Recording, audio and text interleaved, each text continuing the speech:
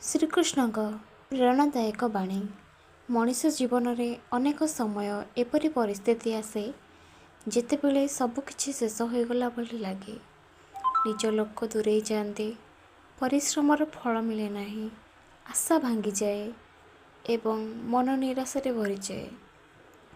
କିନ୍ତୁ ଠିକ୍ ସେହି ସମୟରେ ପ୍ରଭୁ ଶ୍ରୀକୃଷ୍ଣଙ୍କ ବାଣୀ ଆମକୁ ନୂଆ ଆଲୋକ ଦେଖାଏ। ଶ୍ରୀକୃଷ୍ଣ କହନ୍ତି, ହେ ମଣିଷ, କେବେ ନିଜର ଦୁର୍ବଳ ଭାବନି। ତୁମ ଭିତରେ ଅସୀମ ଶକ୍ତି ରହିଛି। ତୁମେ ଯେତେ ବଡ଼ ସମସ୍ୟାର ସାମ୍ନା କରୁଛ, ତାହାଠାରୁ ଅଧିକ ଶକ୍ତି ଭଗବାନ ତୁମ ଭିତରେ ରଖିଛନ୍ତି।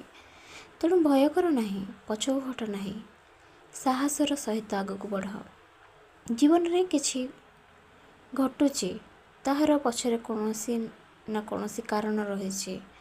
ଆଜି ଯେଉଁ ଦୁଃଖ ତୁମକୁ କଷ୍ଟ ଦେଉଛି, ସେହି ଦୁଃଖ ଆସନ୍ତାକାଲି ତୁମକୁ ଅଧିକ ଶକ୍ତିଶାଳୀ କରିବ। ଆଜି ଯେଉଁ ବିଫଳତା ତୁମକୁ ହତାଶ କରୁଛି, ସେହି ବିଫଳତା ତୁମକୁ ସାହସର ପଥ ଦେଖାଇବ। ତେଣୁ କୌଣସି ପରିସ୍ଥିତିରେ ଭାଙ୍ଗି ପଡ଼ନି। ଶ୍ରୀକୃଷ୍ଣ ଆମକୁ ଶିଖାନ୍ତି ଯେ ମଣିଷର ଅଧିକାର କେବଳ ତାଙ୍କର କର୍ମ ଉପରେ ଅଛି। ଫଳ କେବେ ମିଳିବ, କିପରି ମିଳିବ, ତାହା ଭଗବାନଙ୍କ ହାତରେ ରହିଛି। କିନ୍ତୁ ବ୍ୟକ୍ତି କେବଳ ଫଳର ଚିନ୍ତା କରେ, ସେ କେବେ ଶାନ୍ତି ପାଏ ନାହିଁ। କିନ୍ତୁ ଯେଉଁ ବ୍ୟକ୍ତି ନିଷ୍ଠାର ସହିତ ନିଜ କର୍ତ୍ତବ୍ୟ ପାଳନ କରେ, ସେ ଶେଷରେ ସଫଳତା ନିଶ୍ଚୟ ପାଏ। ଯଦି ତୁମ ଜୀବନରେ କେହି ତୁମକୁ ଅପମାନ କରିଛି, ତୁମର ବିଶ୍ୱାସ ଭାଙ୍ଗିଛି କିମ୍ବା ତୁମକୁ ଏକା କରିଦେଇଛି, ତେବେ ପ୍ରତିଶୋଧର କଥା ଭାବନି। ସମୟ ସବୁକିଛିର ଉତ୍ତର ଦେଇଥାଏ। ତୁମେ କେବଳ ନିଜର ଚରିତ୍ର, ନିଜର ପରିଶ୍ରମ ଓ ନିଜର ଲକ୍ଷ୍ୟ ଉପରେ ଧ୍ୟାନ ଦିଅ। କାରଣ ଯିଏ ନିଜକୁ ବଦଳାଇ ପାରେ, ସେ ନିଜ ଭାଗ୍ୟକୁ ବି ମଧ୍ୟ ବଦଳାଇ ପାରେ। ମନେ ରଖ, ଅନ୍ଧକାର କେବେ ସ୍ଥାୟୀ ନୁହେଁ। ରାତି ଯେତେ ଗଭୀର ହେଉନା କାହିଁକି, ସକାଳ ନିଶ୍ଚିନ୍ତ ଆସିବ।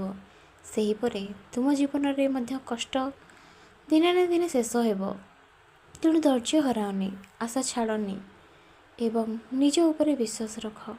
ଯେତେବେଳେ ତୁମ ଚିନ୍ତାରେ ଡୁବିଯାଅ, ସେତେବେଳେ ମନେ ରଖ ଯେ ଚିନ୍ତା କୌଣସି ସମସ୍ୟାର ସମାଧାନ ନୁହେଁ। ଚିନ୍ତା ମଣିଷକୁ ଶକ୍ତିରୁ ନଷ୍ଟ କରେ, ଆତ୍ମବିଶ୍ୱାସକୁ ଦୁର୍ବଳ କରେ ଏବଂ ମନକୁ ଅଶାନ୍ତ କରେ। ତେଣୁ ଚିନ୍ତା ନୁହେଁ, ଚିନ୍ତନ କର। ସମସ୍ୟା ନୁହେଁ, ସମାଧାନ ଖୋଜ। ଭୟ ନୁହେଁ, ସାହସକୁ ବାଛ। ପ୍ରଭୁ କହିଛନ୍ତି ଯେ ଯିଏ ନିଜ ମନକୁ ଜିତିପାରେ, ସେ ସମଗ୍ର ସଂସାରକୁ ବି ମଧ୍ୟ ଜିତିପାରେ। ତେଣୁ ପ୍ରଥମେ ନିଜ ମନକୁ ଶାନ୍ତ କର, ନିଜ ଚିନ୍ତାଧାରାକୁ ସକାରାତ୍ମକ କର ଏବଂ ପ୍ରତିଦିନ ନିଜକୁ ଗତକାଲିଠାରୁ ଭଲ ଭାବରେ କରିବାରେ ଚେଷ୍ଟା କର। ଆଜି ଯଦି ତୁମ ପାଖରେ କିଛି ନାହିଁ, ତଥାପି ନିରାଶ ହୁଅନି। କାରଣ ଯାହାଙ୍କ ପାଖରେ ସାହସ, ଧୈର୍ଯ୍ୟ, ପରିଶ୍ରମ ଓ ଭଗବାନଙ୍କ ଉପରେ ବିଶ୍ୱାସ ରହିଛି, ସେ କେବେ ଗରିବ ହୁଏ ନାହିଁ। ଏହି ଗୁଣଗୁଡ଼ିକ ହିଁ ମଣିଷକୁ ଉଚ୍ଚ ସ୍ଥାନରେ ପହଞ୍ଚାଇଥାଏ। ଶେଷରେ ଶ୍ରୀକୃଷ୍ଣଙ୍କ ଏକ ସୁନ୍ଦର ସନ୍ଦେଶ, ଜୀବନରେ ଯେତେ ବାଧା ଆସୁ, କେବେ ହାର ମାନନି, ନିଜ କର୍ତ୍ତବ୍ୟ କରିଚାଲ, ସତ୍ୟର ପଥରେ ଚାଲିଚାଲ ଏବଂ ମୋ ଉପରେ ଭରସା ରଖ। ସମୟ ଆସିଲେ ତୁମ ପରିଶ୍ରମର ପ୍ରତ୍ୟେକ ବୁନ୍ଦା ସଫଳତାର ସମୁଦ୍ରରେ ପରିଣତ ହେବ। ନମସ୍କାର ଦର୍ଶକ ବନ୍ଧୁ, ଆମର ଏହି ନୀତିବାଣୀ ନିର୍ଦ୍ଦେଶିକା କାର୍ଯ୍ୟକ୍ରମକୁ ଆପଣଙ୍କୁ ସ୍ୱାଗତ। ଜୀବନରେ ସଫଳତା, ସୁଖ ଓ ଶାନ୍ତି ପାଇବା ପାଇଁ କେବଳ ଧନ କିମ୍ବା ଶକ୍ତି ଯଥେଷ୍ଟ ନୁହେଁ, ବରଂ ଭଲ ଚିନ୍ତାଧାରା, ଉତ୍ତମ ଚରିତ୍ର ଓ ସଠିକ୍ ନୀତିର ଆବଶ୍ୟକତା ରହିଛି।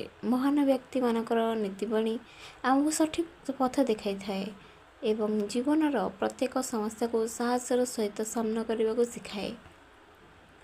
ଆଜିର ଏହି ପର୍ବରେ ଆମେ ଜାଣିବା କିଛି ଅମୂଲ୍ୟ ନୀତି ଶିକ୍ଷା, ଯାହା ଆମ ଜୀବନକୁ ଏକ ସୁନ୍ଦର ଓ ସଫଳ ଆଦର୍ଶ କରିପାରିବ। ଏହି ନୀତିଗୁଡ଼ିକ କେବଳ ଶୁଣିବା ପାଇଁ ନୁହେଁ, ବରଂ ଜୀବନରେ ପାଳନ କରିବା ପାଇଁ। ଆସନ୍ତୁ ଜାଣିବା ଆଉ ଗୋଟେ ନୀତିବାଣୀ ଆଉ ଗୋଟେ ଭିଡ଼ିଓରେ, ପ୍ରେରଣାଦାୟକ ନୀତିବାଣୀ। ତ ଭିଡ଼ିଓଟି ଏଇଠି ମୁଁ ରହୁଛି। ଜୟ ଜଗନ୍ନାଥ। ଭଲ ଲାଗିଥିଲେ ଲାଇକ୍ କରିବେ, ସେୟାର କରିବେ ଏବଂ ଚ୍ୟାନେଲକୁ ସବସ୍କ୍ରାଇବ୍ କରିବାକୁ ଜମା ବି ଭୁଲିବେନି। ଜୟ ଜଗନ୍ନାଥ।